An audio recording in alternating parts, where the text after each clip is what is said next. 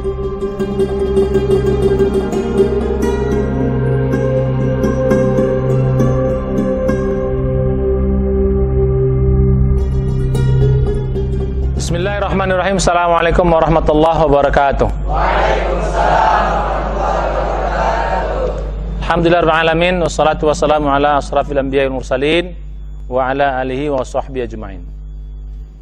Alhamdulillah kita bertemu kembali ya, bersyukur tadi pagi yang cerah ini, yang penuh dengan barokah ini dalam suasana itikaf. Kita kembali program kajian itikaf kita. Ini sudah masuk hari ke-27. Ya, mudah-mudahan di hari yang ke-27 ini kita sudah bisa menikmati ibadah-ibadah kita, karena kita sudah 7 hari di sini dan kita masih punya 3 hari ke depan lagi ya sampai selesai.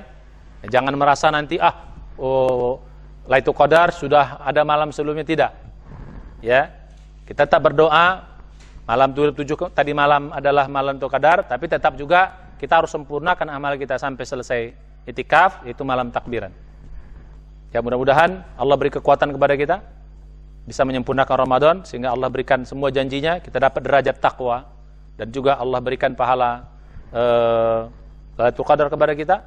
Allah kabulkan doa-doa kita, ampunkan semua dosa kita. Amin ya rabbal alamin. Nah, sekarang kita lanjutkan kaji kita. Ya, pada waktu pertemuan sebelumnya kita sudah membahas rumus takwa.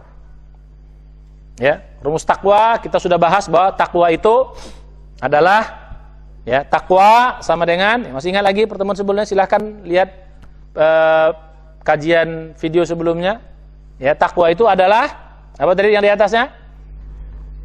Ibadah maksimal dikali dengan ikhlas dikali dengan kualitas. Terus dibagi bawahnya dosa, terus hawa nafsu dan cinta dunia. Nah, kita sudah masuk pada pembahasan hawa nafsu, sudah belum? Hawa nafsu. Dosa-dosa sudah kita bahas, bagaimana cara biar dosa kita zero. Ya, begitu juga yang masalah ibadah maksimal sudah kita bahas juga, bagaimana cara maksimalkan ibadah.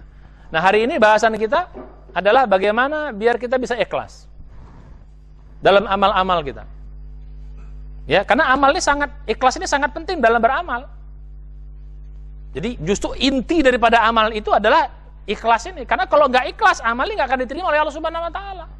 Apa aja amal, kalau kita nggak ikhlas nggak akan diterima oleh Allah Subhanahu Wa Taala. Harus ikhlas, karena perintahnya begitu. Ya, dalam surat ke-98, surah Al-Bayyinah ayat 5 Allah bilang, "Wa ma umiru illa liya'budullaha mukhlishina lahuddin hunafa." Tidaklah kalian diperintahkan atau mereka diperintahkan ya di dalam menyembah Allah itu kecuali apa? Mukhlishina lahuddin. Ikhlaskan agamanya, ikhlaskan niatnya untuk Allah Subhanahu Wa Taala. Ya, hunafa dan bersih, bersih dari syirik, bersih dari riya, bersih dari hal-hal yang mempersekutukan Allah Subhanahu Wa Taala. Jadi bahasan kita ini sangat krusial dan ini panjang nih, ini bahasan panjang nih. Ya, mohon mudah-mudahan para penonton dan kita semua bisa mengikutinya sampai selesai. Karena bahasan ikhlas ini sebenarnya panjang. Tetapi kita agak sedikit tapi tetap juga panjang, bisa sampai 1 jam lebih ini. Mudah-mudahan tetap sabar bisa menunggu, sabar tetap menonton, insya Allah. Ya, jadi masuk ke tabaran. Pertanyaannya adalah mengapa kita harus ikhlas? Sebelum bagaimana cara ikhlas, jadi bahasan tadi, mengapa harus ikhlas? Bagaimana cara ikhlas? Apa saja nanti manfaat-manfaat yang Allah berikan kalau kita ikhlas? Juga nanti apa ciri-ciri ikhlas? Juga nanti bagaimana tingkatan-tingkatan ikhlas? Nah, sekarang kita masuk yang pertama. Ya, mengapa kita harus ikhlas? Ya, sebelum mengapa itu ya saya kira sudah tidak usah kita jelaskan, sudah pada tahu semua. Yang namanya ikhlas itu adalah kita beramal, kita sholat, kita puasa, kita sedekah, ya, perbuatan-perbuatan ibadah kita, termasuk juga perbuatan-perbuatan sunat lainnya, ya, kita lakukan untuk cari ridho Allah, untuk cari pahala dari Allah, untuk cari surganya Allah. Nah, jadi gitu. Boleh untuk pahala, nggak ada masalah. Dapat surga boleh, disayang Allah juga boleh, juga mencari ridho Allah boleh. Itu semuanya hampir sama dengan satu bahasa, yaitu ikhlas kepada Allah Subhanahu Wa Taala. Ya, jadi begitu. Nah, sekarang tidak ada campur-campur. Ikhlas itu artinya tidak campur-campur. Hanya betul-betul tadi, betul-betul cari ridhonya, cari surganya, cari pahalanya, cari pertolongan Allah, cari Allah sayang sama kita. Tidak dicampur dengan karena dunia, karena ingin dipuji, karena apa? Karena atasan kita, karena pengen dapat sesuatu, karena mertua, kalau menantu, ya atau semuanya. Nggak ada itu dunia itu, semua ikhlas hanya untuk Allah Subhanahu wa taala. Nah, kemudian jadi pertanyaan kita, mengapa kita harus ikhlas? Begitu loh. Nah, jadi mudah-mudahan kalau kita sudah tahu seperti ini, kita jadi semangat ibadahnya. Jadi amal apapun kalau udah ikhlas itu nilainya tinggi. Bukan hanya yang wajib, bukan hanya yang sunat. Ya, termasuk perbuatan-perbuatan mubah sekalipun.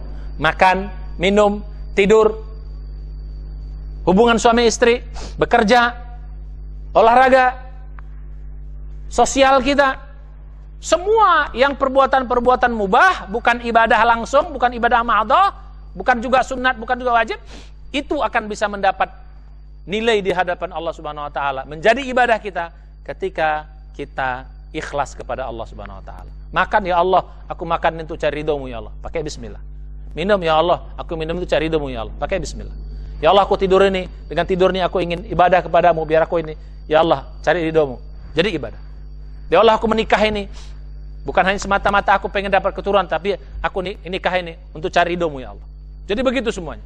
Jadi perbuatan-perbuatan mubah, perbuatan-perbuatan keduniawian, ketika kita ikhlas karena Allah, maka bernilai pahala dan dapat tabungan di akhirat. Tapi sebaliknya, hatta sholat, hatta haji, hatta sedekah, yang kayaknya ibadah besar, kalau nggak ikhlas, nilainya 0. Pertanyaannya, mengapa kita harus ikhlas? Jawabannya apa? Supaya amal itu diterima dan ada nilainya. Nah, kalau ada nilainya berarti apa? Ada ganjarannya. Ada balasannya, karena ada nilainya. Diterima, ada nilainya, pasti ada balasannya. Itu loh. Jadi 3 itu. Ya, jadi kalau diterima apa? Mengapa? Dia pertanyaan, mengapa amal itu ikhlas? Sekali lagi apa jawabannya? Supaya diterima Allah. Karena ikhlas karena Allah, untuk Allah, berarti diterima Allah. Makbul namanya. Jadi kata-kata makbul itu diterima. Kalau tak ikhlas, tak makbul. 2, kalau sudah makbul, diterima, apa? Ada nilainya. Walaupun nanti nilai itu, ikhlasnya tergantung. Kalau ikhlasnya tinggi, ya nilainya 8. Banget, 9. Ya kalau ikhlasnya agak terpaksa, ya 2, 3. Ya pakai nilai juga. Tapi lumayan, ada nilainya.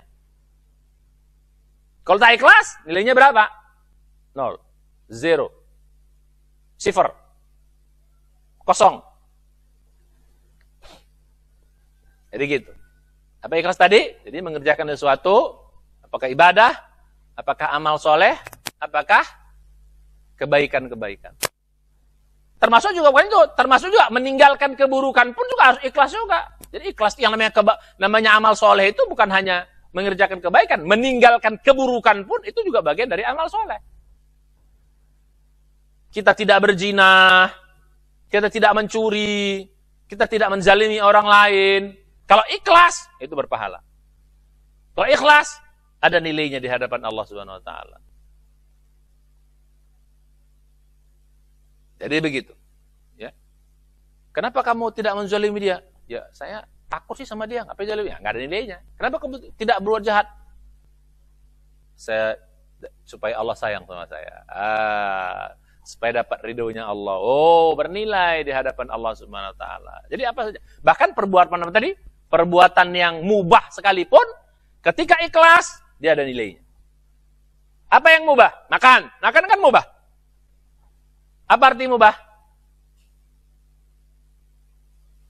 Ya netral. Pekerjaannya, nggak berpahala, nggak berdosa. Gitu. Tapi begitu kita makan, kita baca Bismillah, kita niat, ya Allah, aku makan ini, aku ingin cari ridhomu. Aku makan ini, ya Allah, aku untuk bisa ibadah kepadamu. Aku makan ini, ya Allah, aku ingin dapat surgamu. Aku dengan makan ini, ya Allah, supaya kau sayang sama aku. Wah, makannya mubah, tapi jadi nilai pahala. Mubah. Olahraga, mubah. Tidur, mubah. Apa lagi? Duduk-duduk, ngobrol-ngobrol, mubah. Ngobrol-ngobrol pun mubah, tapi begitu dia ikhlas, bernilai pahala. Cuman nanti ada syarat ikhlas itu. Ngobrol yang gimana? Yang jadi pahala. Yang mubah, ngobrolnya harus ngobrol mubah. Kalau ngobrolnya ngobrol jorok, ya, ghibah, itu nggak ada istilah ikhlas. Saya mah, ngobrolin orang itu, ghibah itu ikhlas. Nggak bisa. Nggak boleh perbuatan buruk disandarkan ikhlas. Ya, innallaha thayyibun la yaqbalu illa thayyib. Allah itu baik. Jadi perbuatan disandarkan ikhlas itu perbuatan baik. Saya mah, kami mah, atau saya ngerjakan ribanya ikhlas. Nggak bisa. Nggak boleh perbuatan yang haram, perbuatan yang dilarang, kita bilang ikhlas. Karena Allah tidak boleh disandarkan pada hal-hal yang buruk. Begitu. Dan ikhlas itu bukan artinya sukarela, enggak. Ada bilang ikhlas itu sukarela, enggak. Harus karena Allah, nggak bisa sukarela. Menolong orang sukarela aja, aku ikhlasnya nggak bisa. Ya, kalau saya bilang kita menolong, kenapa kau nolong dia? Ya, karena pengen nolong dia aja, nggak bisa. Gitu loh. Nggak bisa dikatakan ikhlas karena Allah. Tetap kebaikan, tapi nggak nilainya. Nilainya nanti kau dipuji orang. Atau nilai yang lain. Kenapa kau bantu dia? Karena Allah suruh aku. Kenapa kau bantu dia? Karena Allah memerintahkanku. Kenapa kau tidak begitu?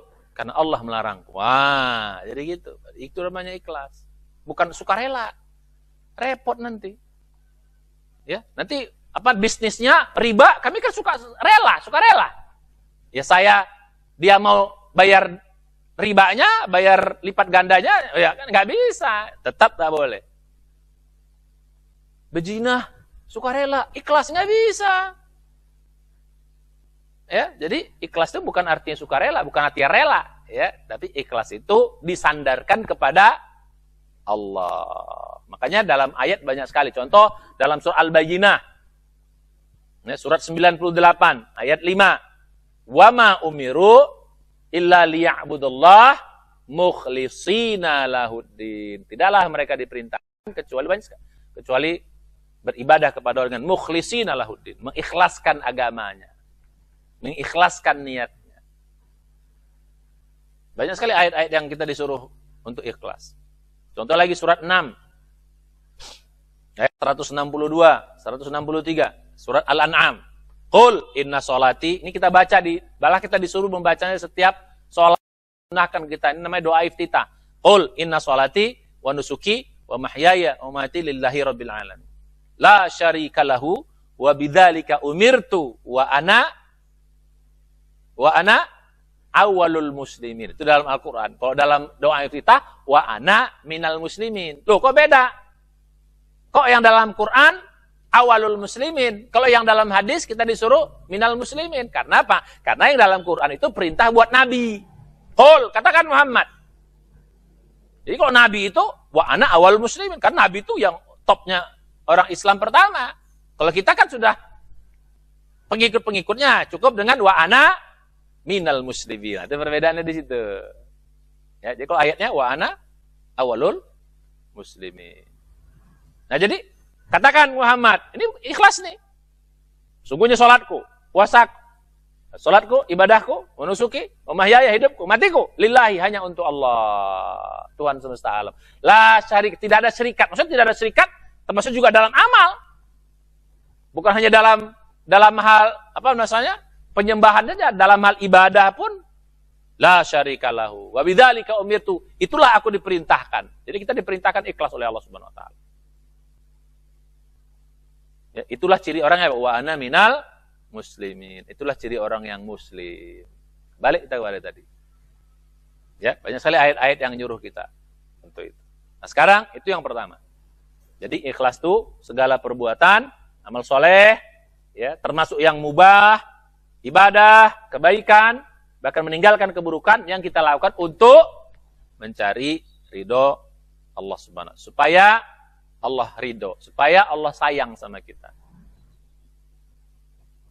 Oke, untuk apa tadi ikhlas? Kita ulang lagi, supaya dapat kita diterima ibadahnya, ada nilainya, akan berarti ada ganjaran dari Allah Subhanahu wa taala. Nah, sekarang kita masuk berikutnya. Ciri-ciri perbuatan itu dikatakan ikhlas. Ada ciri-cirinya biar kita tahu saya ikhlas enggak ya? Ada ciri-cirinya. Ya, ada ciri-cirinya. Suatu perbuatan dikatakan ikhlas. Nanti lawan ikhlas itu riya, gitu bisa. Karena yang lain. Ya, ada ciri-cirinya. Ciri-ciri fisik ya, walaupun hati kita nggak tahu. Hati itu yang tahu hanya Allah. Jadi nggak boleh kita bilang, lu nggak ikhlas, lu nggak boleh. Karena yang tahu hati hanya Allah. Mungkin kadang-kadang ada tampilan fisiknya kayaknya nggak ikhlas, tapi sebenarnya dia ikhlas. Contoh, ketika dia sedekah, dia nampain, ini aku sedekah nih. Dia nampain gitu. Sedekah terang-terangan, biar ditengok orang, belum tentu tidak ikhlas. Bisa jadi dia menampakkan sedekahnya untuk untuk orang supaya ikut semangat sedekah. Makanya perbuatan terang-terangan itu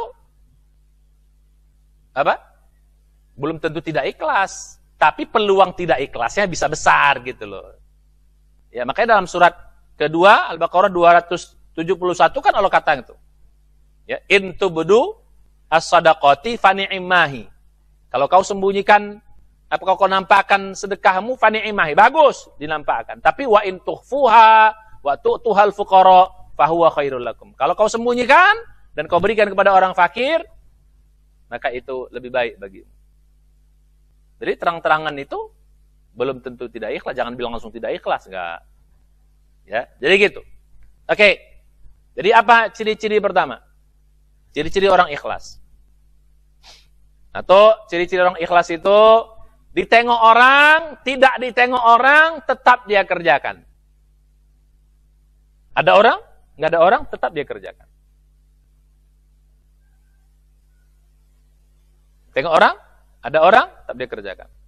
Nah, kalau orang nggak ikhlas, kalau ada orang, dia kerjakan. Nggak ada orang, dia nggak. Ya, sholat, lupa ada orang, sholat dia. Di pesantren, banyak orang, sholat. Begitu pulang kampung, nggak ada yang nengokin, nggak sholat lagi. Wah, bahaya.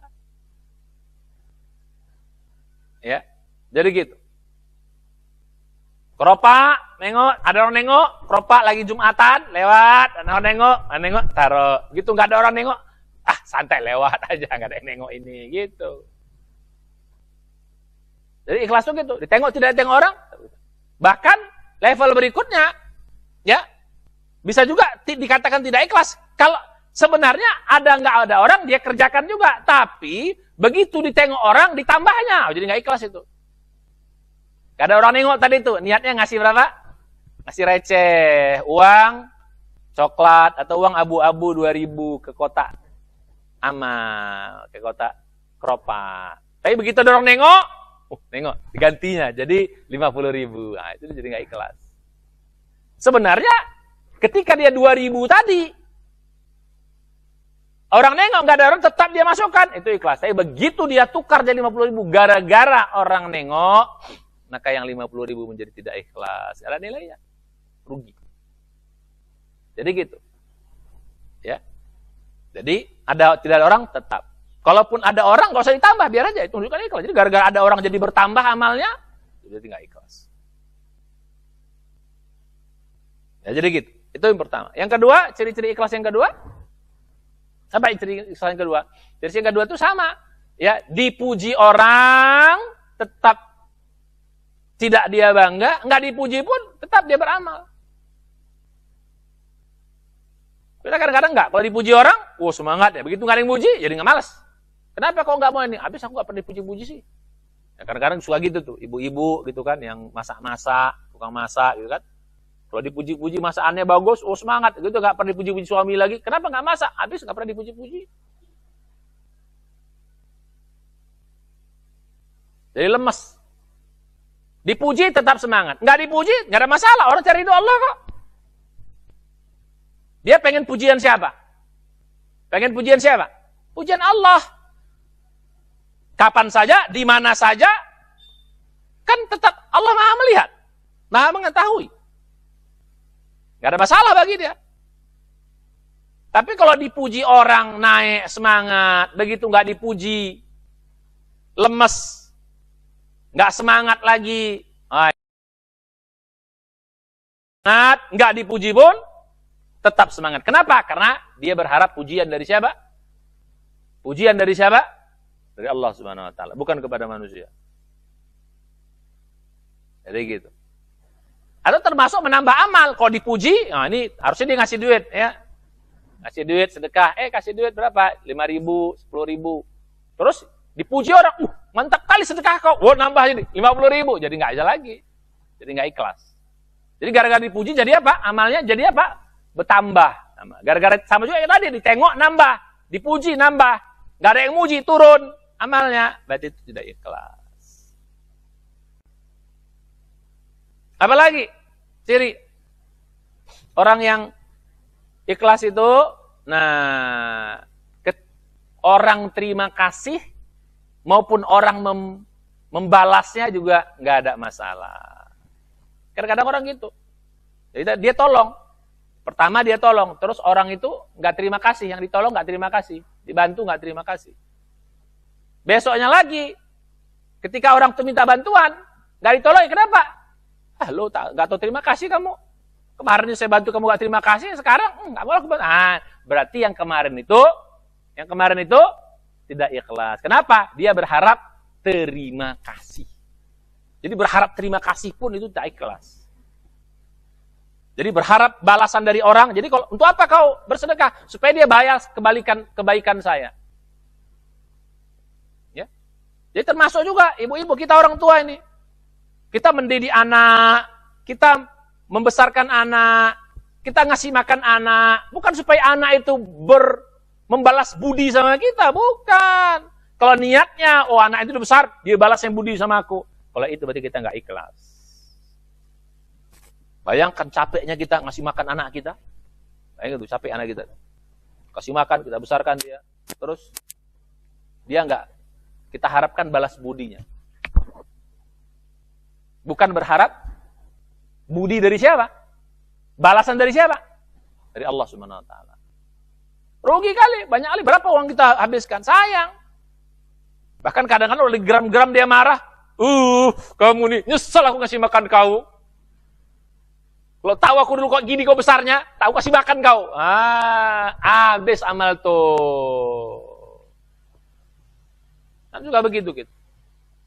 Nyesel bantu dia, nggak tahu terima kasih.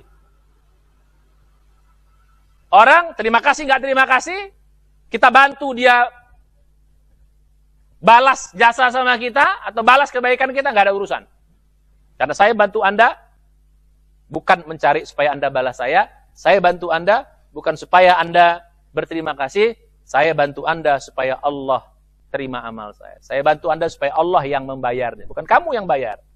Bukan kamu yang bayar saya bantu, tapi yang bayar itu adalah Allah Subhanahu wa taala. Allah yang membalas kebaikan saya. Jadi kembali kepada Allah, itu ikhlas. Nah, itulah yang Allah sampaikan dalam surat Al-Insan atau surat Ad-Dahr ayat 9. Innama nut'imukum liwajhillah la nuridu minkum jazaan wala syukura. Ya, kalau ayat sebelumnya wa yut'imuna at'am ala hubbihi, ya, miskinan wa yatiman wa asira. Itu ayat sebelumnya. Orang yang senantiasa memberi makan, ya, membantu orang lain, miskinan kepada orang miskin, ya, wa yatiman kepada anak yatim, wa asiron kepada orang yang ditawan, tawanan-tawanan, gitu. Dia untuk apa dia tolong itu? Untuk apa dia bantu itu orang miskin itu? Jawabannya, innama nut'imukum liwajhillah, kami, ya, kami memberi makan kepada kalian liwajhillah, untuk mencari wajah Allah. Mencari wajah Allah itu maksudnya supaya Allah senang gitu loh. Nah, bahasa kita cari muka Allah. Jadi cari muka itu bahasa Arab yang diterjemahkan ke bahasa Indonesia. Mencari bahasa Arabnya ibtigha. Muka bahasa Arabnya wajah. Allah. Jadi ibtigha wajhillah, mencari wajah Allah, mencari muka Allah. Menjadi bahasa Indonesia cari muka. Jadi cari muka bahasa Indonesia itu ternyata dari Al-Quran itu diambil. Tapi yang betul tuh cari muka siapa? Cari muka. Yang ikhlas tuh cari muka siapa? Cari muka Allah, bukan cari muka manusia. Ini banyak orang, lu carmuk lu. Kalau cari muka manusia, nggak ada pahalanya. Kalau cari muka Allah, jadi boleh cari muka. Boleh nggak ibadah cari muka? Boleh nggak ibadah cari muka? Boleh nggak ibadah cari? Boleh. Kalau mukanya ke Allah Subhanahu Wa Taala. Itu istilah mencari muka itu artinya apa? Supaya wajah orang senang. Nah, kira-kira itu bahasa kiasan itu. Artinya apa? Supaya Allah. Jadi mencari muka Allah itu, mencari wajah Allah itu supaya Allah senang, ridho, suka sama kita. Jadi dalam ayat ini katakan apa? Kami membantu kalian, memberi makan kalian apa? Untuk mencari Allah senang. La nuridu minkum. Kami tidak butuh kepada kalian, tidak menginginkan dari kalian apa? Jazaan, balas jasa, wala syukuron, bahkan terima kasih. Jadi orang terima kasih nggak ada urusan, tetap kau bantu.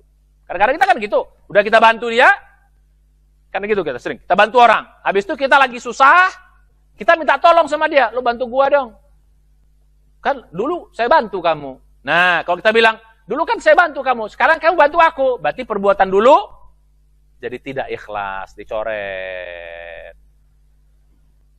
Nah sebaliknya lagi, kita susah, kita minta tolong. Orang yang kita bantu tuh nggak mau bantu. Dendam gitu. Kau dulu ku bantu, kau sekarang nggak bantu. Nah, tiba-tiba kita lapang lagi. Tiba-tiba kita punya kemampuan lagi, punya kekayaan lagi. Dah orang yang kita bantu yang tadinya kita susah nggak dibantunya, datang lagi bantu gua dong. Sorry. Kau dulu aku susah tak kau bantu aku, sekarang nggak ada di kau, berarti nggak ikhlas. Nah, ini begini-begini harus hati-hati kita, dan ini sering terjadi. Sayang perbuatan, kalau nggak ikhlas apa? Nggak diterima Allah, nggak ada pahalanya, ya nggak ada balasannya. Balasan hanya kita minta pada Allah Subhanahu Wa Taala. Itu ciri apa namanya? Ciri ikhlas.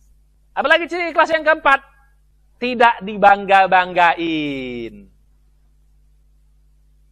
Tidak dipamer-pamerin. Lain bangga ya, lain terang-terangan beda. Ini dua hal yang berbeda. Kalau terang-terangan belum tentu bangga, dia terang-terangan untuk ngajak orang lain. Ini memang untuk jadi kebanggaan. Lihat gua nih. Ibadah gua mantap nih. Disebut orang alim, orang soleh, dibangga-banggain, tidak dibangga-banggain. Kalau dibangga-banggain itu berarti siapa dulu dong? Gue. Anaknya bagus, siapa dulu dong bapaknya? Siapa dulu dong emaknya? Gitu. Siapa dulu dong ustadznya? Oh, pesantren ini mantap-mantap santrinya. Siapa dulu dong ustadznya? Ada nilai. Boleh dibangga-banggain. Tidak boleh kita bangga-banggain amal itu. Begitu kita bangga-banggain itu berarti nggak ikhlas. Berarti bukan untuk cari apa? Cari muka Allah. Bukan cari pujian Allah, bukan cari ridho Allah, tapi cari mukanya manusia. Cari pujian manusia. Begitu. Nah ini berapa ciri utama? Ya. Itu yang keberapa? Yang keberapa? Yang keempat. Nah yang kelima, ciri ikhlas juga. Nah, ini yang agak berat ini. Ya. Agak berat nih. Jadi kalau kita dalam beramal nih, ada sebelum kita masuk ini, kita tarik dulu sedikit agak keluar, sebelum kita masuk ciri-ciri kelima, sedikit dulu. Contoh gini, ada orang sholat di masjid. Ya. Terus yang lain nggak di masjid. Ditanya, kenapa nggak sholat ke masjid? Aku ikhlas, sholatnya di rumah aja, biar nggak ada yang tahu. Ini nggak bisa begini nih. Ya. Jadi, gara-gara dia pengen ikhlas katanya nggak tengok orang, akhirnya dia nggak ke masjid. Ya, kenapa kok nggak puasa? Ya aku nggak mau ketahuan aku puasa. Nggak bisa gitu. Ramadan harus ketahuan. Jadi kalau amal-amal wajib, nah ini harus saya jelaskan. Amal-amal wajib itu harus ketahuan bahwa kita kerjakan, dan harus nampak orang lain bahwa kita ini muslim. Gitu loh. Jadi jangan gara-gara pengen ikhlas katanya nggak tengok orang, akhirnya nggak sholat ke masjid. Nggak bisa ke masjid, karena itu perintah. Jangan mau dipuji orang, bukan untuk tengok orang, tapi untuk memenuhi perintah Allah. Ya, begitu juga. Kenapa nggak pakai jilbab? Supaya aku jangan nampak kalian muslim. Ikhlas, nggak pakai jilbab. Kan nggak nampak aku muslimnya, aku ikhlas. Nggak bisa. Jilbab itu adalah bentuk identitas, nampakkan. Jadi perbuatan-perbuatan yang menunjukkan kita identitas muslim harus kita nampakkan. Ishadu bi anna muslimun. Nampakkan bahwa kau adalah seorang muslim. Makanya sholat wajib, ya zakat. Makanya zakat itu harus tahu orang. Nih saya berzakat. Biar tahu tuh zakat kepada orang yang terutama yang mencatatnya. Ini zakat saya. Nggak bisa. Terserah pokoknya. Nggak tahu tahap apa. Nggak boleh. Harus bilang, oh itu zakat. Jadi perbuatan-perbuatan yang sifatnya menunjukkan keislaman kita mesti nampak. Haji. Oh, haji jelas pasti nampak orang lah kalau haji. Nggak mungkin haji sembunyi-sembunyi. Kenapa kau haji? Aku haji bulan bulan Safar. Kenapa? Biar nggak ditengok orang.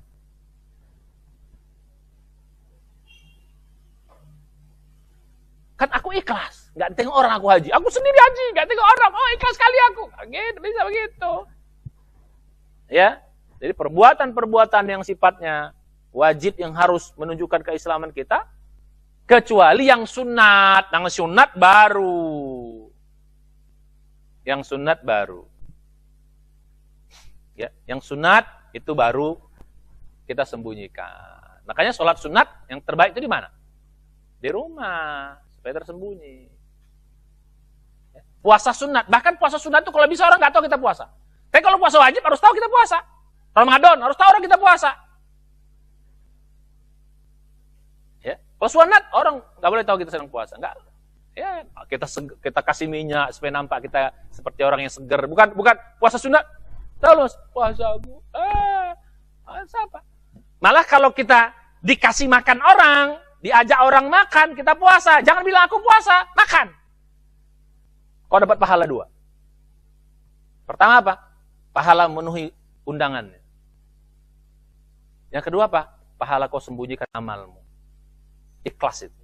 Pahalanya 2. Pahala udah dapat pahala. Ini enggak, maaf, aku puasa. Ya, enggak jadi dah. Saya kira begitu.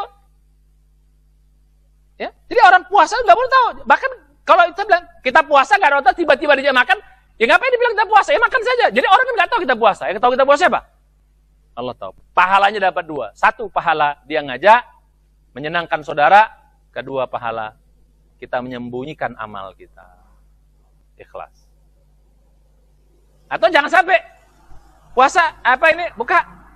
Ya sebenarnya aku puasa ini, cuman pengen dapat pahala. Dapat 2, ya aku makan. Jadi gak jadi pahala juga. Kan suka gitu. Ya kan? Dia omongin dia puasa, biar dapat pahala. Ya jadi dapat juga. Kenapa kalau omongin? Dia sudah makan saja. Pahalanya Allah yang tahu, Allah catat nanti. Gak usah dia ngomongin. Jadi, kalau puasa sunat, hatta kita puasanya puasa Daud gitu loh. Ya, sembunyikan ada masalah. Tinggal bega masalah lagi. Sembunyikan saja. Jangan bilang, saya puasa. Oh, kalau sunat sembunyikan. Kecuali sunatnya sholat intisar ya, sholat id, nah itu lain. Ya, sholat biar enggak sholat itu sunat sendiri di rumah nggak bisa. Itulah isyiar. Tapi amal-amal sunat lain sembunyikan. Puasa sunat, sedekah lebih bagus. Kalau zakat wajib. Apa lagi? Ya, sembunyikan amal kita. Itu lebih bagus yang sunat. Ya, tapi kalau yang wajib, karena itu bentuk kemusliman kita, keislaman kita harus nampak orang bahwa kita ini muslim. Ishadu bi anna muslimun.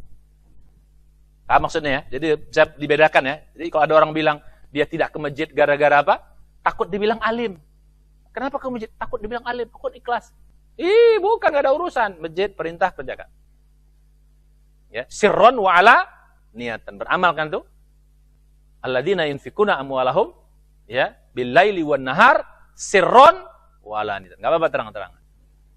Oke, balik kita ke yang tadi. Nah, sekarang yang kelima, yang terakhir, yang ikhlas.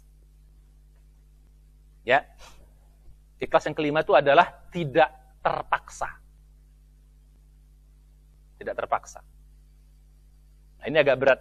Karena kadang-kadang sering antara dipaksa sama terpaksa 2 hal yang berbeda ya. Dipaksa boleh, tapi yang jangan terpaksa. Paham nggak? Apa bedanya? Kalau dipaksa itu kita yang memaksanya. Kita harus paksa, amal itu harus kita paksa. Tapi kalau terpaksa itu berarti ada karena sesuatu dari luar kita makanya mengerjakannya. Terpaksa. Ya, terpaksa. Ada juga boleh ya sedikit, tapi itu contoh yang jarang sekali. Boleh juga ada sedikit terpaksa boleh, tapi bisa jadi amal. Contoh ya puasa. Pas pulang kita ke rumah kita niatnya nggak niat puasa kita, tiba-tiba rumah nggak ada makanan, dia udah terpaksa puasa, itu nggak apa-apa. Rasulullah biasa begitu. Ya, kecuali itu, yang lain nggak boleh. Ya. Puasa yang begitu boleh. Jadi dia terpaksa puasa gara-gara apa? Di rumah, tapi harus niat, ya Allah, walaupun aku terpaksa nggak ada makanan, tapi tetap balikkan kepada Allah Subhanahu Wa Taala. Bukan hanya semata-mata gara-gara makanan itu aja. Nah, balik tadi, nggak boleh terpaksa. Kalau terpaksa, apa saja. Sholat terpaksa. Sholat. Dipaksa-paksa orang dulu baru sholat. Dioprek-oprek dulu baru sholat. Anak-anak oke. Tapi kok udah dewasa masih terpaksa. Sholat terpaksa. Ngaji terpaksa. Terpaksa itu karena ada sesuatu yang memaksa. Ya. Di pesantren ini. Terpaksa sholat berjamaah. Itu nggak ada nilainya kalian. Kenapa sholat berjamaah? Terpaksa. Kenapa? Itu peraturan. Kalau nggak dipecat kita nih. Santri-santri. Apa ini? Staff-staff. Pegawai-pegawai. Bosnya mengatakan, pokoknya syarat kita di sini, mau di perusahaan ini, ya, sholat 5 waktu. Di absen. Di absen. Sekian kali nggak sholat di masjid atau sholat berjamaah, pecat atau kurangi gaji. Sering gitu terjadi. Ada tuh, bagus, ya itu bagus, direkturnya bagus. Tapi bagi santrinya, bagi ininya, efeknya bisa negatif. Kalau hanya semata-mata dia mengerjakan karena terpaksa. Gak ada nilainya di hadapan Allah nanti begitu.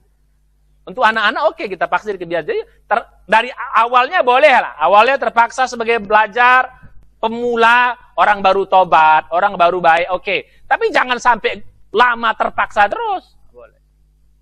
Itu bedanya, terpaksa dengan dipaksa. Kalau dipaksa, dia maksa dari dalam. Sholatnya sudah paksa. Aku nggak mau sholat, kenapa aku nggak mau maksa-maksa, aku pengen sholat tuh enjoy. Ya nggak bisa, harus kau paksa dulu dari dalam dirimu. Yang nggak boleh dipaksa oleh dari luar. Namanya terpaksa. Paham yang maksudnya ya? Jadi santri-santri, ya pesantren-pesantren, ya, rajin ke masjid santrinya, rajin belajar, gara-gara dia apain? Dipaksa. Jangan. Awal-awal boleh, tapi kalau sudah mulai ini harus ditinggal. Saya cari ridho Allah. Biar kalian dapat pahala terus di sini. Nah, kelihatan orang terpaksa itu nanti apa? Lihat ketika pulang kampung. Kelihatan. Kalau pulang kampung, nggak ke masjid lagi, karena nggak ada apa di kampung. Di kampung nggak ada apa? Nggak ada yang maksa, ustadznya nggak ada lagi. Ya, jadi gitu. Yang termasuk tadi yang di perusahaan tadi itu. Ya, begitu di perusahaannya ada peraturan gitu, rajin banget dia, nomor 1 safnya. Supaya cari muka apa? Cari muka direktur. Bukan cari muka Allah, cari muka direktur. Tapi begitu di rumah, nggak ada berjamaah dia. Loh, kata abang kok di kantor rajin kali, kok di sini nggak? Kantor, kalau nggak, pecat kita nanti. Ya ada nilai. Itu yang berat yang kelima. Terpaksa atau dipaksa. Kalau dipaksa nggak ada masalah, kita yang memaksa. Kalau terpaksa dari luar, maka nilainya nggak ada. Ya, jadi paham ya? Nah, jadi kalau tahu ciri-ciri ini kita udah bisa, ini bisa kita jaga. Bagaimana supaya kita awal-awal nggak ikhlas, oke lah dalam tahap belajar. Tapi jangan sampai udah sekian tahun beramal masih begitu terus, jangan. Untuk anak-anak nggak apa-apa, kita kasih iming-iming dulu. Nah, kau puasa kok dikasih THR, berapa banyak puasanya. Kalau sholat, jajannya ditambah, itu nggak apa-apa untuk anak-anak. Tapi kalau sudah gede, jangan gitu lagi. Jangan karena bayaran orang, karena terpaksa dan sebagainya. Itu namanya apa? Ciri-ciri ikhlas. Insya Allah. Sekarang kita lanjutkan. Masuk kepada bagaimana caranya biar kita dapat ikhlas ini. Bagaimana caranya biar kita ikhlas? Mesti harus tahu kita bagaimana cara biar kita bisa ikhlas. Walaupun kita menghadapi menghadapi tantangan-tantangan, godaan. Ya, bagaimana cara biar kita bisa ikhlas?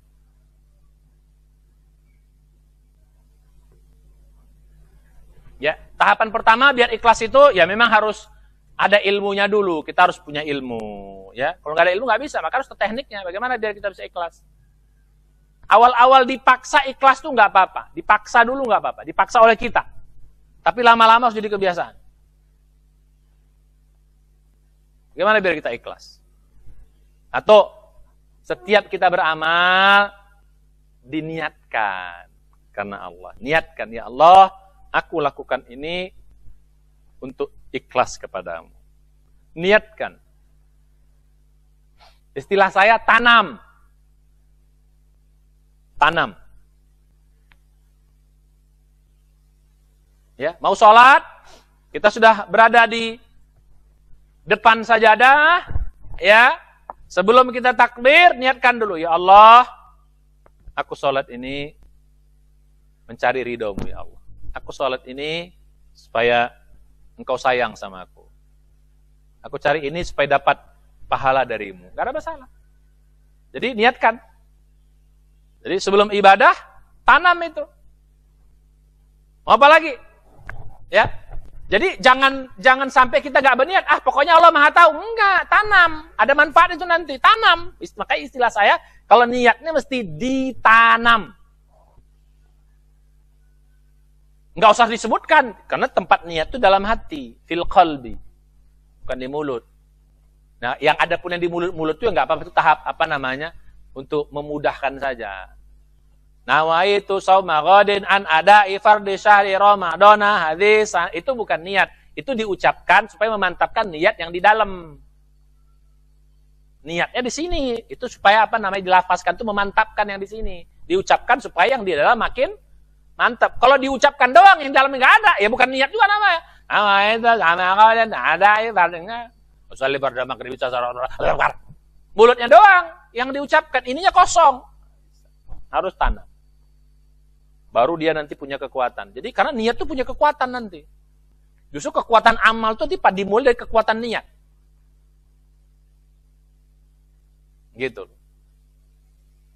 Jadi mesti kita tanam. Jadi pertama niat itu mesti tanam. Apalagi ditanam. Mau sedekah juga gitu, tanam. Ya Allah. Jadi kan sedekah itu kan kita kan ngeluarin duitnya kan lama kan. Keluar dari kantong dulu, ambil dompet dulu kan. Nah, sambil ngambil duit di dompet, buat di tangan, kan? Niatnya, ya Allah, aku sedekah ini untuk cari ridhomu, ya Allah. Jadi sambil gini itu, Allah kan. Jadi gitu, ditanam niatnya, jangan. Harus masuk di sini. Jadi niat itu mesti ditanam. Supaya apa dia? Supaya dia ada bekasnya. Kalau nggak ditanam nanti, nggak ada bekasnya dia. Supaya dia masuk. Awalnya masih di sini, lama-lama masuk ke dalam hati. Begitu mengujam di hati, mantap niat itu.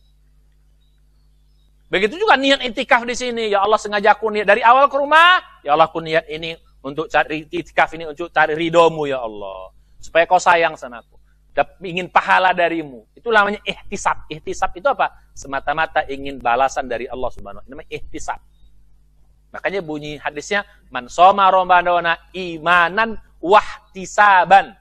Makanya wahtisaban itu sering diterjemahkan ikhlas. Padahal arti sebenarnya wahtisaban itu adalah mencari balasan pahala dari Allah. Itu arti wahtisaban. Jadi gitu. Bisa dipahami? Jadi ikhlas itu seperti itu. Tanam. Nah, udah ditanam, dijaga terus. Jadi ikhlas itu tahapannya di awal, di tengah, sampai di ujung. Jangan di awal doang. Karena di awal bisa goyang nanti di sini nih. Mesti kita jaga niat itu sampai selesai. Jadi ada niat itu apa? Qoblal amal, indal amal, ba'dal amal. Qoblal amal, sesaat sebelum beramal. Indal amal, sedang beramal. Ba'dal amal, habis beramal. Tetap pasang niat itu. Supaya apa? Supaya setan nggak bisa masuk menggoda kita. Karena kalau nggak kita tanam, nggak kita jaga sampai sedang, termasuk juga itu nanti bisa digoda setan. Lagi sholat nih, udah niatnya udah betul nih. Makanya setan pertama kali yang dia ganggu tuh supaya niatnya nggak betul dulu. Udah nggak betul, aman. Oh, udah nggak betul niatnya, ketawa deh. Gue tinggal. Ketika niat kita udah nggak betul, setan ngelihat kita lagi sholat, udah gak usah digodanya lagi sholat kita. Kenapa? Sudah niatnya udah rusak, udah gampang. Jadi dia ganggu kita biar awal niat tuh nggak bener dulu. Nah setelah benar, oh dia ganggu, bikin, habis lagi sholat kita, dia ganggu, mantap kali sholat kau dia, kayaknya khusyuk sholat kau tuh, dia ganggu hati kita, itu ada orang nengok tuh sebelah kau tuh, kagum deh kayak sama kau tuh gitu-gitu mukanya, dia, makanya kita jaga niat itu, supaya setan tuh nggak masuk, ya gitu. Dari awal tadi setan gugur misalnya. Ketika dia godanya, lu sholat mau ngapain? Bisa gitu setan tuh. Lu sholat apa kan? Itu kan banyak orang nengok. Enggak, aku mau cari Allah. Cari doa Allah. Nah, itu bisa kita gitu kan? Terus, lu sedekah mau ngapain? Itu dia, enggak, aku cari doa Allah. Dia goda tuh. Oh enggak. Jadi begitu kita bersedekah pun karena Allah, itu ada, berarti dia enggak sanggup goda. Kalau kita sholat, supaya jangan sholat kita rusak niatnya, enggak juga. Kita sholatnya bagus niatnya. Di tengah jalan dia goda lagi. Tadi saya bilang tadi. Ngaji baca Quran juga gitu. Sebelum baca Quran, ya Allah, aku baca Quran ini. Aku cari doamu ya Allah. Supaya kau sayang sama aku. Baca kita. Aman, lewat. Satu tahap. Lagi ngaji. Bismillahirrahmanirrahim. Alhamdulillahirrahmanirrahim. Alif lam mim. Seterusnya gitu. Datang setan tuh. Wih, ada orang dengar sebelah kau tuh. Mantap kali suara kau tuh. Baguskan sikit. Dia bilang tuh, baguskan sikit. Ada yang tuh. Kurang kencang suara kau tuh. Alif lam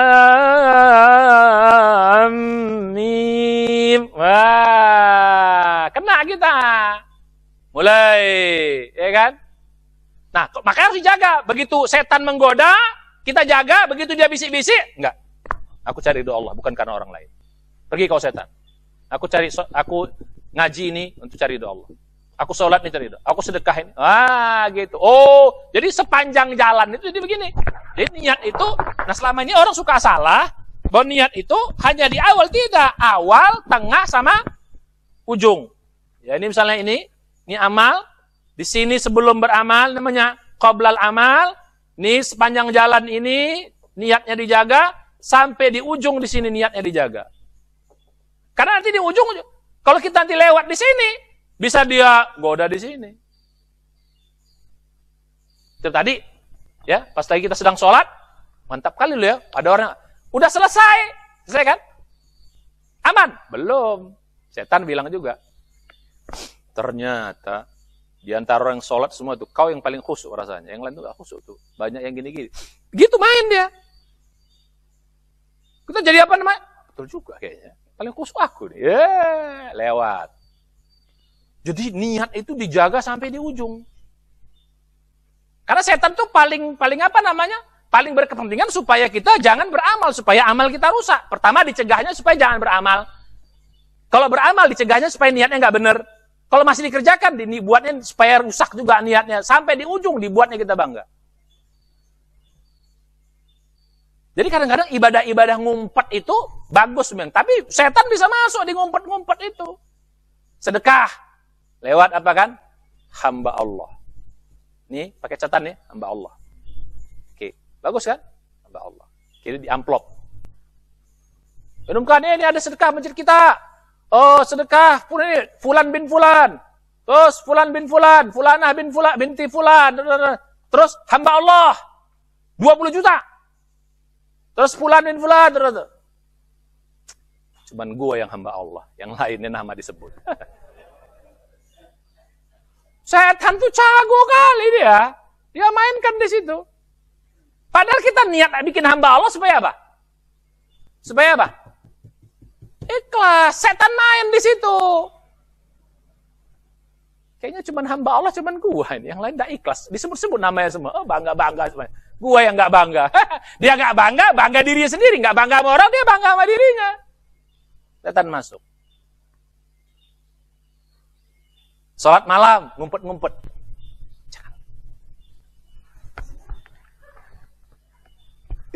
Gitu kan. Nggak ada yang dengar. Saya sholat. Mantap kali sholat. Nggak ada yang tahu aku sholat. Lewat. Gitu. Oh, makanya harus ikhlas ini berat. Tapi sekali kita sudah menguasainya, setan nyerah. Makanya setan tuh nyerah sama orang ikhlas. Maka lihat coba baca dalam surah Shad itu. Ayat dari 80 berapa sampai 83 tuh? Qala fa bi'izzatika la'ughwiyannahum ajma'in illa ibadaka minhumul mukhlasin. Ya. Aku akan sesatkan mereka ya Allah kecuali hamba-hambamu yang ikhlas. Jadi mukhlas itu di atas ikhlas lagi. Itu berarti sudah lengkap ikhlasnya. Mukhlis masih di bawah. Kalau mukhlas di atasnya lagi. Ikhlasnya sudah mendarah daging kalau mukhlas itu. Kalau mukhlas itu ikhlasnya masih di apa namanya? Kita berusaha. Tapi kalau ada mukhlas itu udah hebat. Nah, jadi balik pada yang tadi. Jadi bagaimana caranya? Satu ditanam. Tanam tuh. Apa bunyi niat sama-sama semua? Ya Allah, bacanya.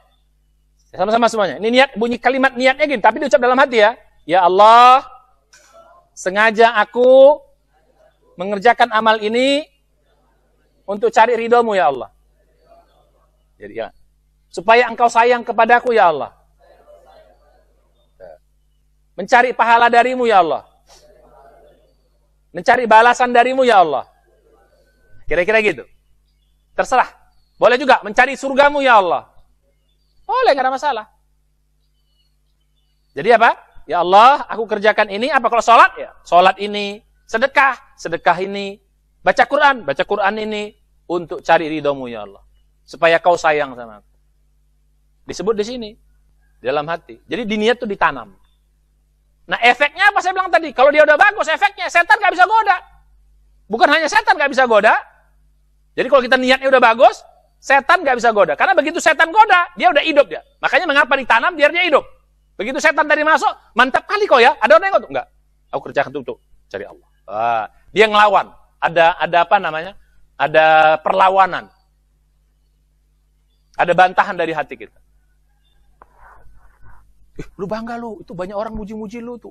Lu ceramah lu tadi mantap kali. Semua orang nangis semua lu ceramah. Hebat lu. Enggak, aku. Orang nangis, orang enggak nangis ada urusan. Orang kagum enggak ada urusan. Aku bentar. Itu ada yang cari menantu lu tuh. Itu sebelah tadi nengok kamu tuh. Mantap, coba kamu lirik ke sana. Enggak. Allah.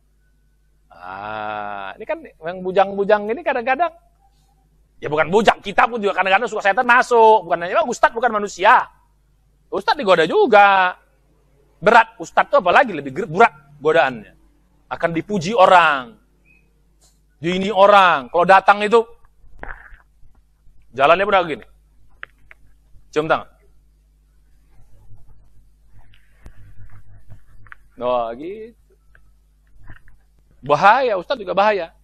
Ceramah, ya. Kalau jamaahnya sedikit nggak mau, ya sedikit. Tapi kalau banyak, mantap gue nih banyak. Pokoknya kalau gue ceramah, puluhan ribu yang datang. Siapa gue? Bahaya. Tapi kalau sudah niatnya masuk di sini, mau apa gini? Orang datang, orang banyak datang, ya itu Allah yang ini. Gak ada urusan. Sedikit pun, ya Allah aku ini ikhlas. Mau sedikit pun aku nggak. Begitu. Gak ada rasa itu. Kalaupun ada dia lawan. Itu hebatnya ikhlas. Ya. Makanya harus diapain? Nah, termasuk ketika ada orang manusia yang memuji kita, yang menggoda kita pun kita bisa, lu tadi kok bagus banget ibadah lo. Bagus banget kamu itu tadi. Enggak kok, enggak apa-apa. Tapi hebat lo. Ya enggak, udah, salah. Jangan gak usah disebut-sebut lah. Nah, kita bilang gitu. Gak usah disebut-sebut lah, nanti rusak amal saya. Gitu. Kita bilang gitu. Tapi, betul ya? Yang sana, gimana? Mantap enggak? Iya, dia bilang gitu. Sedap kan? Lewat. Ngeri setan ini mainannya. Maka harus tahu kita. Ngeri mainannya. Maka harus tahu. Kalau ada ilmunya, kita bisa jaga.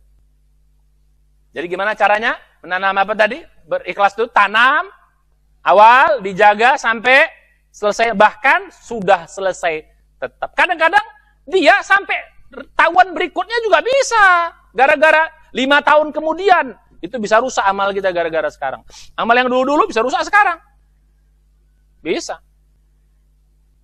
Tidak ikhlasnya jadi sekarang. Gara-gara setan menggoda. Itu yang kita bantu. Sekarang dia udah 5 tahun lalu kita bantu dia. Ya, dulu dia belangsak banget. Sekarang jadi orang hebat. Udah hebat dia akhirnya sombong dia gini-gini. Kita bilang, Itu sombong dia itu. Dulu belangsak dia, gua yang bantu dia itu. Sekarang aja sombong kali dia. Gak tahu dulu gua, rusak amal yang dulu. Hati-hati. Setan tuh bisa begitu. Jadi 5 tahun yang lalu bisa rusak sekarang. Gara-gara apa? Gara-gara kita nggak ikhlas. Gara-gara kita tergoda sama setan. Oke, balik pada yang tadi. Itulah bagaimana caranya supaya tanam.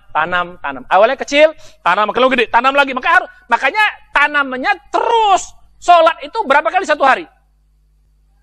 5 kali. Tambah sunat. Jadi jadi 10 kali. Sholat sunatnya 10. Ya bayangkan, setiap sholat 5 kali kita tanam. Makin kuat ya. Jadi niat tuh nanti dahsyat ya. Hebatnya niat tuh gitu nanti. Ya. Jadi gitu. Mengapa niat itu dimulai dari sholat, baru yang lain ikut? Karena memang yang paling banyak kita kerjakan itu adalah sholat. Ya, setiap sholat, ya ini kecil awalnya niat, tanam. Sholat berikutnya, tanam lagi, tanam terus. Setiap sholat, tanam. Terus, tanam terus setiap sholat.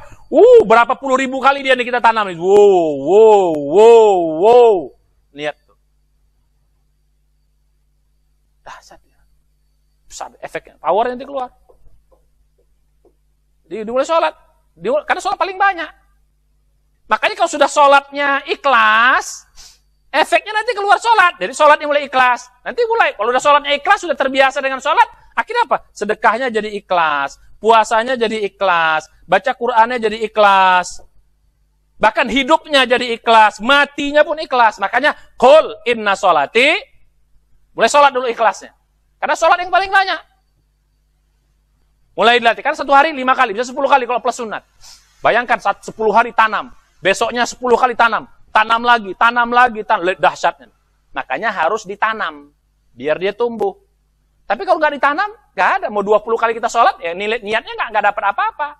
Maksudnya nggak tumbuh gitu loh. Zale, pada sore, Allahu Akbar. Nah, terus. Soleh, wardo, asri, nah, misalnya pada maghribi, satu hari 10 kali. Tapi karena nggak ditanam, cuma sampai di mulut doang, ya nggak ini dia, nggak besar dia. Akhirnya dia nggak mempengaruhi pada amalnya. Wah ini ya, begitu dia berkah sholat, makanya inna sholati, wa nusuki, seluruh ibadahnya, wa mahyaya, akhirnya seluruh kegiatan hidupnya. Kalau tadi hanya ibadah aja, akhirnya apa? Kerjanya, rumah tangganya, olahraganya, sosialnya. Jadi apa? Jadi lillahi ta'ala. Akhirnya apa? Matinya pun lillahi ta'ala. Karena mencari ridha Allah. Hebat. Kalau udah mati ikhlas itu udah hebat. Paling tinggi itu orang mati ikhlas. Rata-rata kita kan mati nggak ikhlas. Ada yang mati ikhlas nggak? Rata-rata kan mati kan terpaksa semua kan? Rata-rata kan kita mati itu gara-gara apa? Gara-gara malaikat sudah datang, ya udah terpaksa mati aja. Kalau ada orang-orang hebat tuh sampai mati pun udah ikhlas aja dia. Makanya orang mati syahid itu hebat sekali itu, karena dia ikhlas dia matinya. Kalau kita matinya baru terpaksa. Terpaksa apa? Malaikat sudah kadung datang, nggak bisa nolak lagi. Nah ini bahasan ikhlas kita. Nah baru kita masuk berikutnya lagi, ya. Jadi gitu. Sekarang apa istilahnya dampaknya? Dampak orang ikhlas itu apa dampaknya? Ini bahasan agak panjang. Ya, bahasannya agak panjang. Ya mudah-mudahan tetap sabar. Ya, ini ikhlasnya penting kita pelajari supaya amal kita tetap terjaga nanti. Ya, apa dampaknya orang yang sudah ikhlas itu? Dampaknya pertama, ibadahnya jadi semangat. Semangat ibadahnya. Enggak lemes. Enggak males. Sebaliknya, kalau orang enggak ikhlas, pasti kurang semangat. Pasti lemas. Makanya orang munafik itu, karena dia nggak ikhlas, lihat sholatnya, kenapa? Malas, berat. Lihat, surat 4, An-Nisa, ayat 140 berapa? Yang tadi itu, 42 atau 43 itu. Ya, tentang tidak ikhlas itu. 42. Ya. Innal munafiqina yukhadi'unallah wa huwa khadi'um. Wa idza qamu ila shalah, kalau orang munafik itu berdiri mau sholat, qamu kusala. Mereka berdiri dengan malas-malas, enggak semangat. Di sini disebut Kenapa nggak semangatnya? Karena apa mereka? Yura'u annas. Karena dia mau dilihat manusia. Kalau orang nggak ikhlas tuh gitu. Dapat orang semangat, begitu nggak ada orang nggak semangat. Nggak. Orang yang ikhlas tetap semangat, apapun kondisinya. Ada nggak ada orang, semuanya lengok nggak nengok, tetap dia semangat. Jadi itu efek orang ikhlas. Kenapa? Yang dia cari adalah Allah kan berada melihat di mana saja kita. Tahu di mana saja kita berada. Maka kita akan ikhlas dimanapun kita berada. Apapun kondisi kita. Semangat. Itu efeknya. Yang kedua, orang ikhlas itu bukan hanya semangat. Tapi bagus. Amalnya bagus. Tahu bagus nggak? Makanya ikhlas itu nanti kaitan dengan bagus. Kalau ada orang katanya ikhlas tapi nggak bagus, tuh nggak ikhlas loh. Masa untuk Allah kita nggak bagus amalnya? Coba cerita anak Nabi Adam, Kabil dan Habil. Kabil itu yang tua, dia kurban hasil pertanian. Habil itu yang muda, dia kurban hasil peternakan. Yang Habil, karena dia ikhlas mencari ridha Allah, dia kasih yang terbaik. Sementara Habil, ya Kabil, karena dia pengen ini, ya nggak karena Allah, lihat dia kasih yang jelek-jelek. Jadi kalau ada orang bilang ikhlas karena Allah, itu harus bagus. Maka sering kita terbalik. Loh, kenapa kayak gitu? Kan ikhlas. Lillahi ta'ala aja dah. Lillahi ta'ala itu maksudnya jelek. Enggak dong. Lillahi ta'ala itu harus bagus. Kenapa? Allah yang akan membayar. Maka yang kedua cirinya harus bagus. Jadi kalau ada amal yang tidak bagus, itu hati-hati. Bisa jadi Anda tidak ikhlas. Masa untuk Allah ada kasih yang tidak bagus? Sholat ikhlas, tapi bajunya, baju apa? Baju yang seadanya. Padahal ada baju yang bagus. Itu keikhlasannya kurang. Berarti Anda tidak menghormati Allah Subhanahu wa taala. Ada begitu. Ya itu efeknya. Yang ketiga, apa efeknya? Amal itu terasa tidak berat. Ringan dia. Enggak berat. Ringan. Ya. Enggak capek kita. Enggak terasa capek. Terasa ringan. Itu bedanya antara orang yang enggak ikhlas. Orang enggak ikhlas itu berat rasanya. Berat kali. Coba sholat yang lama, sujud yang lama, berdiri yang lama. Orang ikhlas itu enggak capek. Tapi kalau orang tak ikhlas, bermakha pun imam apapun dibacanya, pegel kali aku udah ini. Apalagi di pesantren kita ini sholatnya kan panjang-panjang kan. Nah, yang enggak ikhlas itu gedumel terus tuh. Aduh, kapan nih selesainya? Ada yang begitu di sini? Pertama oke, tapi lama-lama harus dibuang. Ikhlas itu nggak capek. Berapapun uang keluar banyak, nggak akan terasa rugi. Karena sedekah lu banyak banget, nggak merasa rugi orang kali Allah. Coba lihat orang haji, berapa habis uang duit? Kalau dia ikhlas tuh nggak terasa uang berapa capeknya pun dia. Makanya rata-rata orang pulang haji itu rata-rata apa? Kalau yang ikhlas itu apa? Pengen apa? Pengen balik lagi. Kenapa? Padahal capeknya di sana, gitu loh. Uang habis. Ya kecuali kalau yang nggak ikhlas pengen bangga-banggaan, itu kan nggak capek, nggak terasa capek. Padahal capeknya kita di sana. Tawafnya ya Allah penuhnya kalau haji itu. Sa'inya ya Allah, di Arafahnya, waduh. Tapi kalau ikhlas semua nggak terasa. Sama juga. Tapi kalau nggak ikhlas, pegel, capek. Itu efeknya. Jadi efek ketiga apa orang ikhlas? Ringan, tidak terasa berat. Tidak terasa capek. Apalagi, nah yang ini yang terjadi. Kalau nggak dipuji orang, tambah lebih capek lagi. Udah capek-capek aku, nggak dipuji-puji pula tuh. Udah capek-capek aku, nggak Orang ikhlas, dipuji, tetap ringan, tetap. Nggak capek deh. Maka kamu juga di sini, kita semua, amal apapun kita lakukan ikhlas, nggak akan capek tuh. Kalau sudah terasa capeknya capek wajar gitu, ya wajar lah. Tapi kalau baru sujud sebentar aja udah terasa capek banget, itu nggak wajar. Itu berarti hati-hati, itu bisa jadi nggak ikhlas. Berapapun habis uang kita, makanya mulai sekarang ikhlaskan. Sedekah, membantu orang ikhlaskan, berapapun apa. Dia terima kasih, nggak capek gitu. Bahkan nggak dia bayar pun, nggak dia ini, malah dia mungkin caci maki kita, tetap kita nggak akan berat. Nyesel aku. Kenapa? Kayak gitu ternyata. Enggak ada penyesalan. Itu efeknya. Ya. Ketiga. Yang terakhir, efek orang ikhlas itu hatinya tenang. Orang ikhlas kok dia tenang. Tenang gitu. Orang ikhlas kok. Tapi kalau nggak ikhlas, hati itu nggak nyaman. Berat. Nggak tenang. Apalagi nggak dipuji orang, nggak ditengok orang, pegel. Tapi kalau ikhlas enggak? Tenang, karena ikhlas. Habis sholat tenang.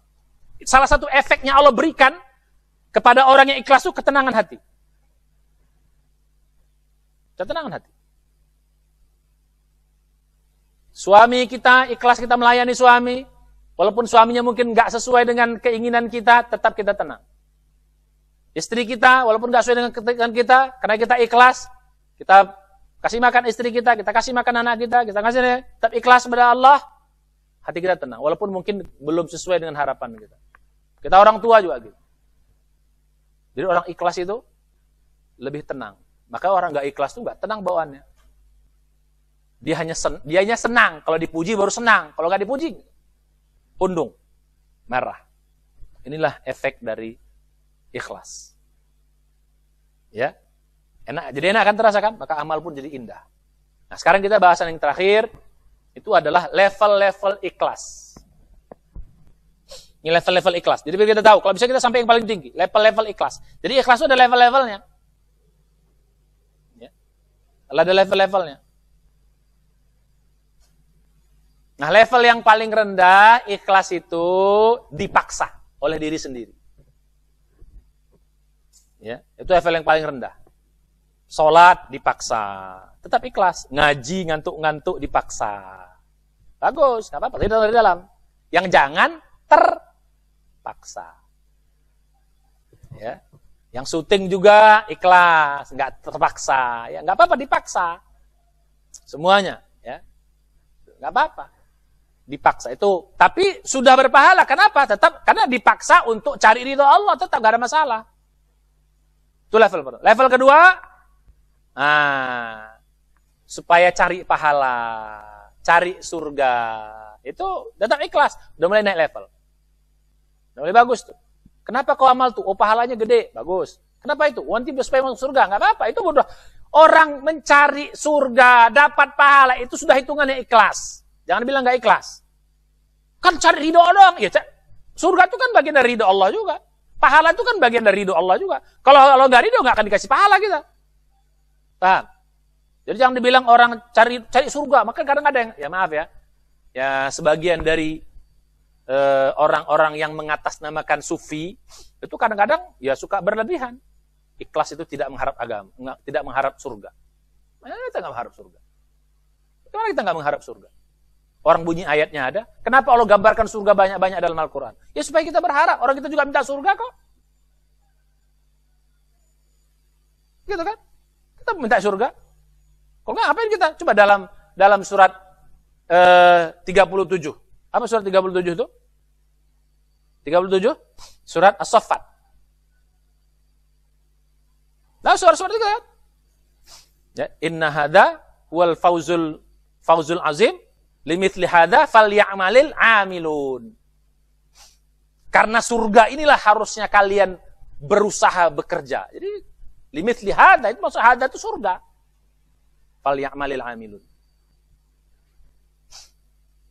Jadi kita minta surga, masa kita enggak kepengen surga? Ya, jadi ada orang suka bilang berharap surga itu berarti surga itu kan bagian dari ridho Allah juga. Kalau orang enggak ridho kan mesti masuk surga gitu. Itu dua. Ya, level 2. Nah, level paling tinggi kalau bisa kita masuk sini, bukan hanya karena apa? Karena surga ini, dalam konteks kita sekarang, surga itu masih abstrak. Kalau zaman sahabat dulu, surga itu nyata. Mereka tuh surga itu seperti sudah melihatnya. Neraka tuh nyata bagi mereka. Karena Quran turun sama mereka. Bagi kita sekarang surga udah, apa surga ya? Anak-anak kita juga surga, nggak ngerti dia. Apa surga? Apa pahala? Nggak tahu dia pahala. Apa surga? Dia nggak tahu surga. Jadi kalau kita bilang untuk cari surga, nanti pertanyaan anak kita nambah. Mama, papa udah pernah masuk surga? Udah pernah nengok surga? Kan susah kita. Oh, supaya jangan masuk neraka. Papa, mama udah nengok neraka. Susah kita. Masuk level 3. Apa itu ikhlas yang ketiga? Karena kita butuh Allah. Butuh pertolongannya. Butuh berkahnya. butuh rezekinya. Butuh, level 3 butuh. Nah, jadi dalam sholat, ya Allah, aku sholat ini karena aku butuh Engkau, ya Allah. Gitu. Butuh apa? Butuh pertolongan. Aku sedekah ini, aku butuh Engkau, ya Allah.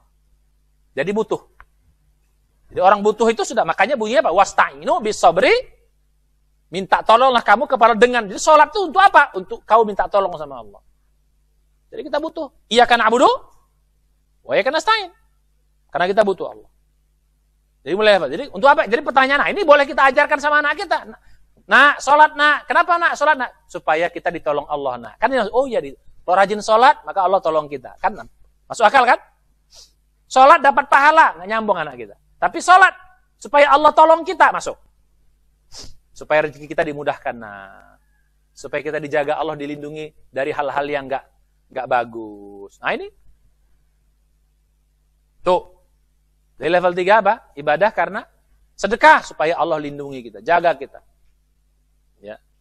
Ya, supaya kita ditolong. Supaya rezeki kita ditambah oleh Allah. Ditolong oleh Allah. Dimudahkan dalam mencari rezeki. Itu namanya level 3. Jadi kita juga di sini. Kita mau di sini bercapek-capek supaya apa? Supaya hidup kita ditolong oleh Allah. Supaya hidup kita dimudahkan oleh Allah. Tetap kembalinya kepada.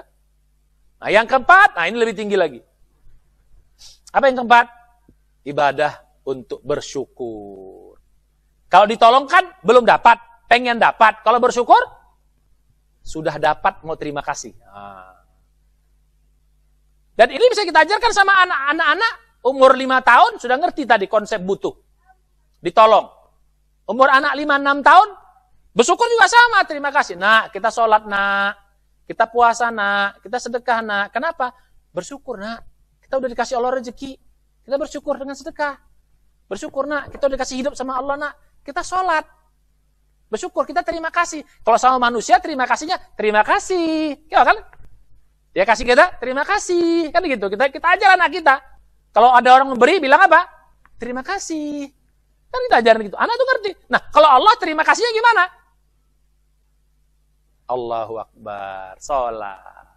Jadi terima kasih sama Allah, sholat. Terima kasih sama Allah, sedekah. Terima kasih sama Allah, zakat. Jadi ibadah-ibadah ini sebagai bentuk terima kasih kita kepada Allah Subhanahu wa Ta'ala. Makanya bunyi ayatnya apa? Al-Kautsar. Surah Al-Kautsar, surah berapa tuh? Ya, 100 berapa? 110. Al-Kautsar. 110, 108. Ya. Al-Kautsar. 107 Ar-Ra'ita, ya betul, 108. Apa bunyi? Inna a'tainakal kautsar. Sungguh kami telah berikan kepada kamu nikmat yang banyak. Oleh karena itu, fasolli, maka sholatlah kamu li rabbika, karena Tuhanmu. Kenapa disuruh sholat? Karena dikasih nikmat banyak. Berarti apa? Sholat untuk bersyukur. Jadi semuanya. Sedekah, kita udah kasih harta, bersyukurlah dengan bersedekah. Kita udah dikasih sehat, bersyukurlah dengan berpuasa. Kita sudah dikasih hidup, bersyukurlah dengan sholat. Kita sudah dikasih iman, bersyukurlah dengan belajar agama, baca Quran.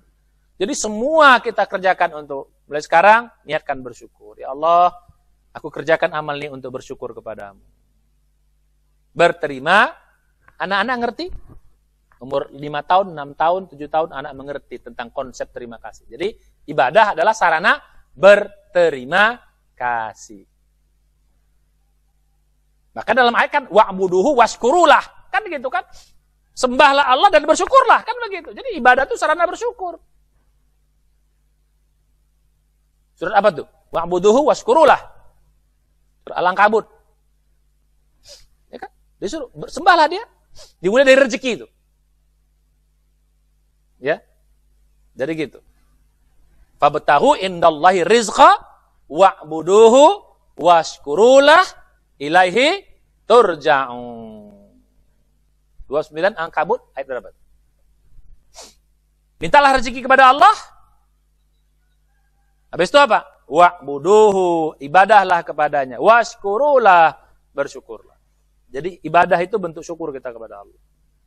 Yang terakhir, belum terakhir sebenarnya nih. Kelima. supaya disayang. Nah ini, supaya dapat ridho. Nah, lebih tinggi lagi, dapat ridho. Ridho itu lebih tinggi lagi. Kalau syukur kan, masih di dalam ini, masih ada bendanya. Kalau ridho, lebih tinggi lagi. Supaya disayang Allah. Ini juga bisa kita jelaskan sama anak-anak kita. Nah, mari kita sholat, nah. Supaya apa? Nah, supaya kita disayang Allah, nah. Mari kita puasa, supaya Allah sayang kita, nah. Sayang. Kita sedekah apa? Supaya disayang Allah. Nah, ini kan anak-anak ngerti. Anak-anak tuh ngerti konsep sayang.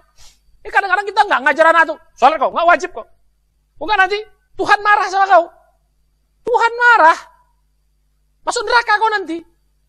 Dia bayangkan Tuhan tuh tukang marah kayak emak bapaknya. Marah aja kerjanya.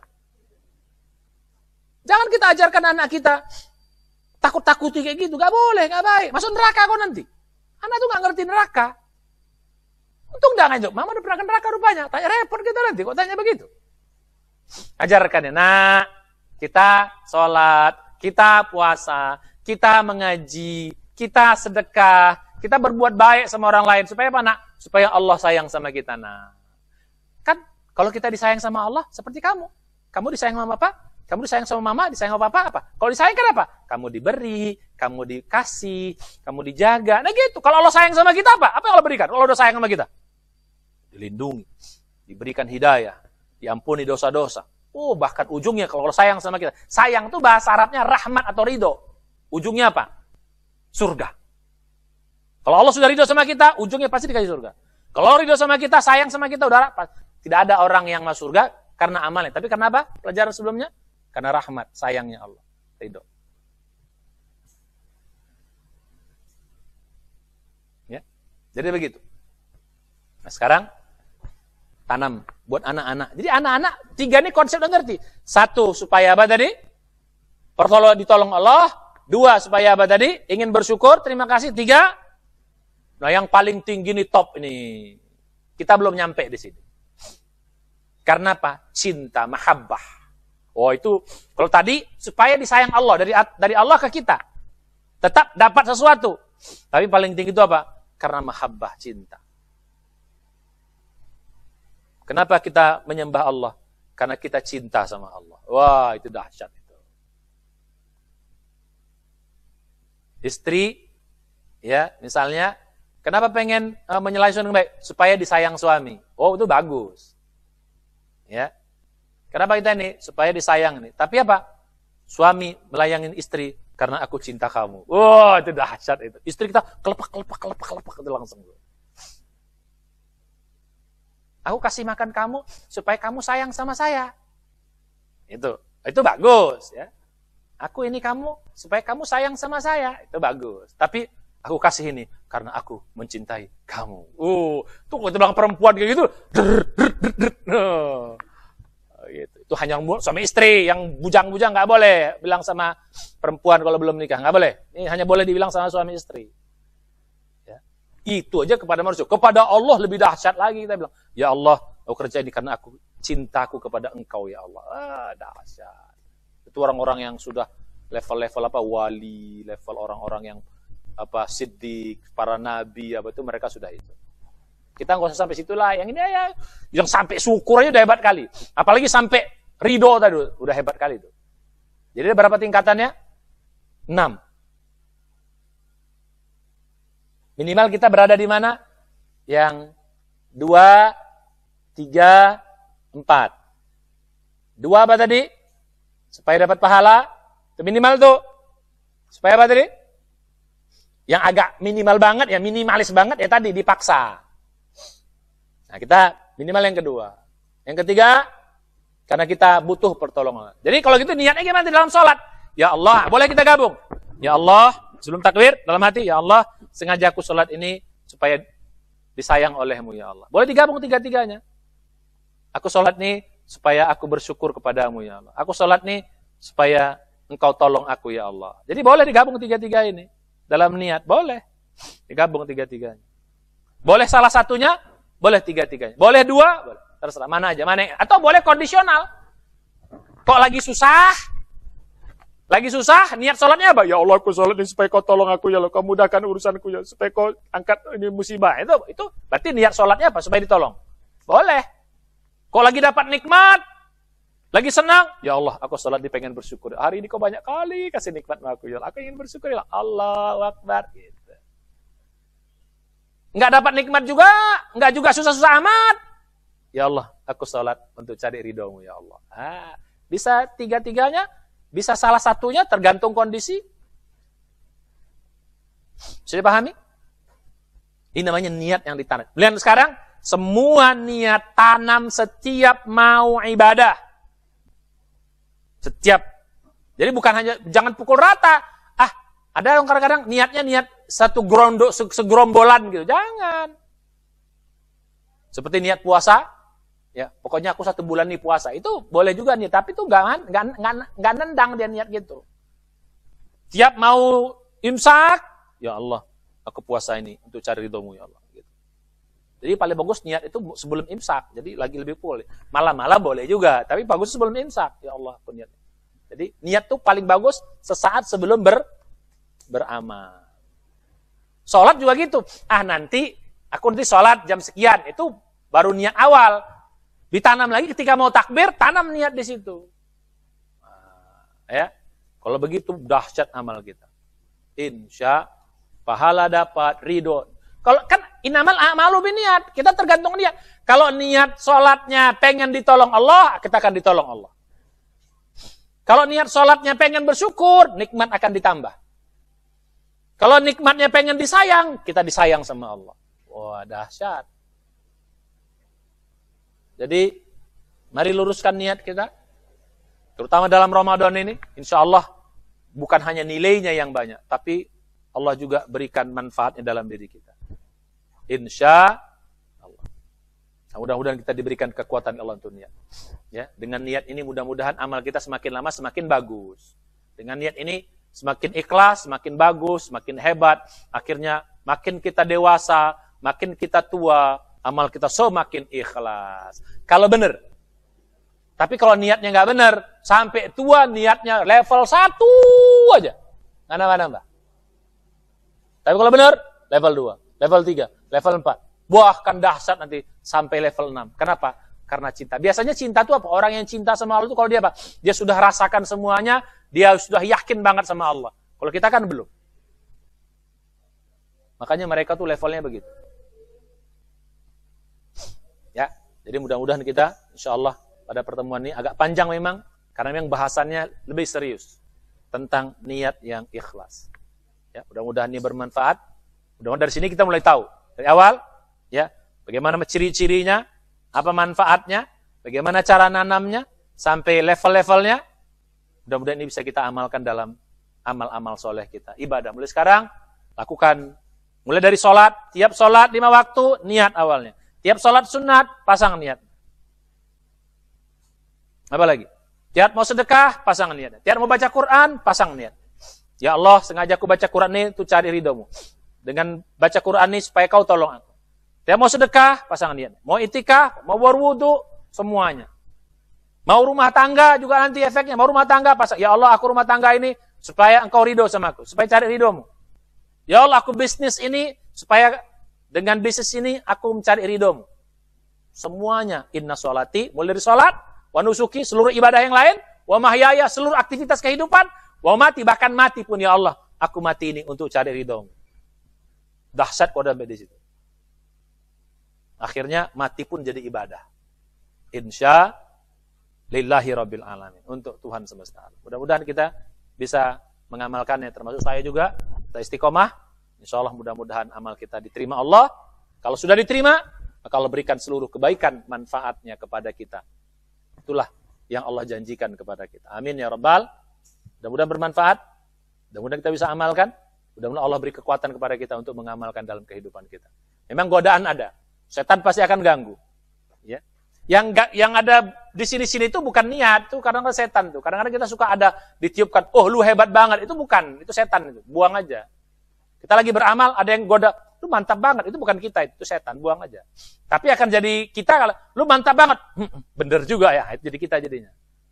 Ya, begitu kita iyakan, jadi kita. Jadi makanya ada godaan tuh buang. Ada godaan tuh buang. Mudah-mudahan bermanfaat. Insya. Mari kita baca hamdalah. Alhamdulillah alamin dan doa penutup majelis.